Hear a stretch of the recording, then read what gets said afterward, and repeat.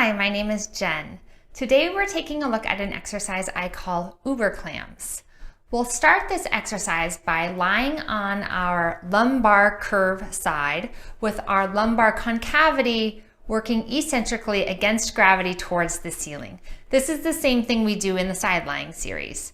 From there, I'll show two different variations. On the first side, I'll show a variation for people who have a little bit less hip mobility.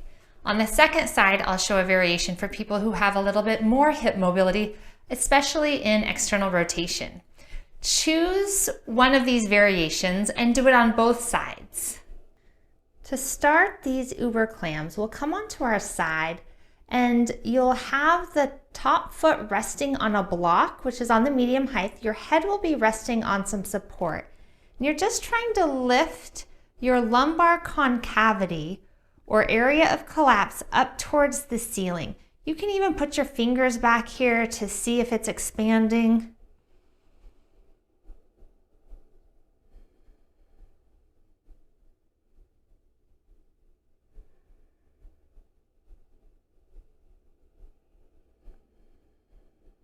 Take some nice deep breaths into that area.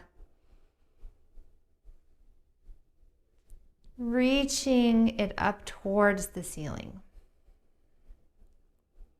And then imagine that there's a balloon in between the top of the pelvis and the bottom rib, and you're going to inhale and then exhale, try to expand that balloon.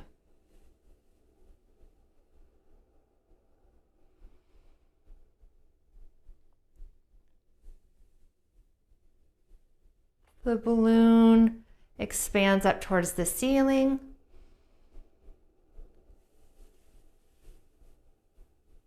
It expands towards the back space.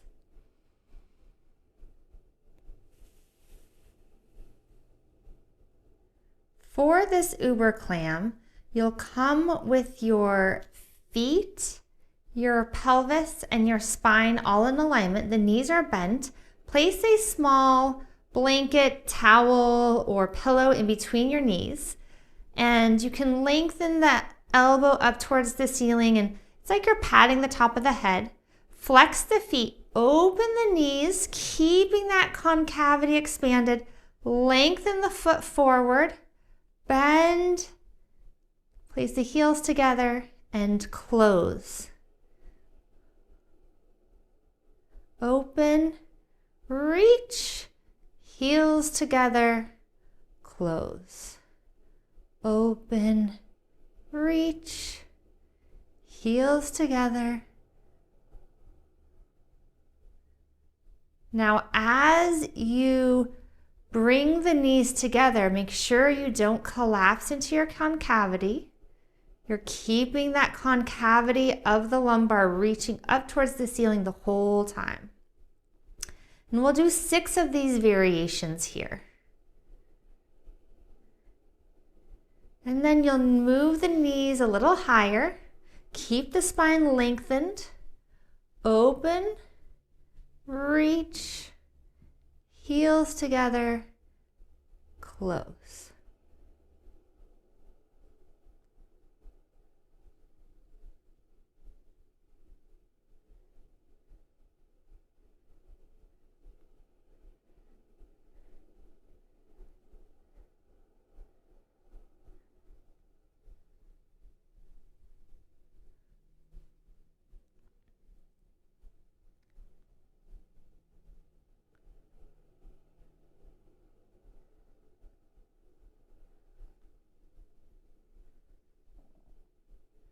And then you'll crease at the hips one last time so that the thigh bones are coming perpendicular from the torso.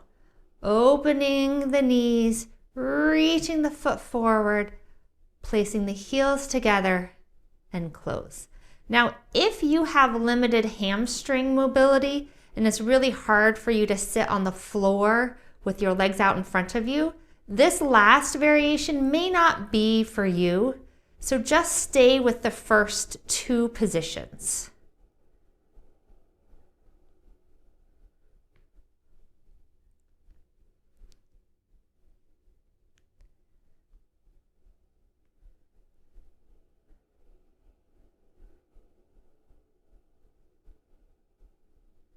Good, so we do 6 repetitions in 3 different positions. Now for people who have a little bit more hip mobility, you can prop yourself up on the bottom toes. And it's like you're in a little Charlie Chaplin position. And then from here, you close the knee, open, lengthen the foot forward. So it's just the position of the bottom foot that's slightly different.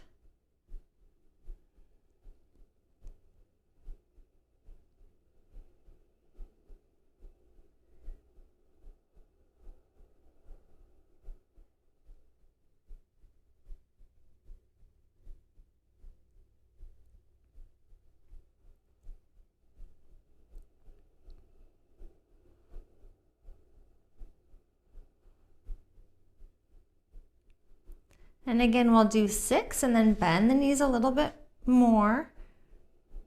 Crease at the hips.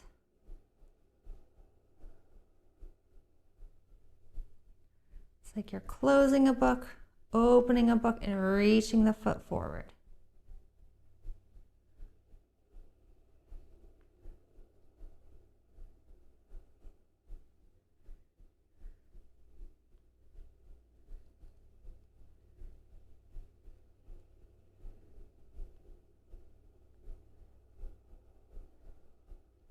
And again, we'll do 6 in this position.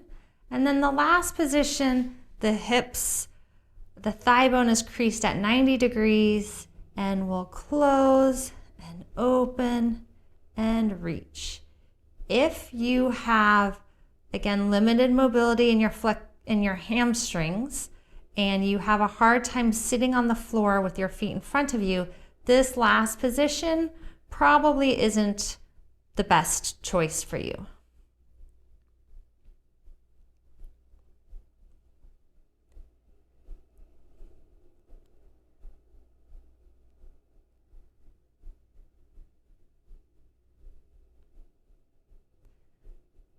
And then we'll be done.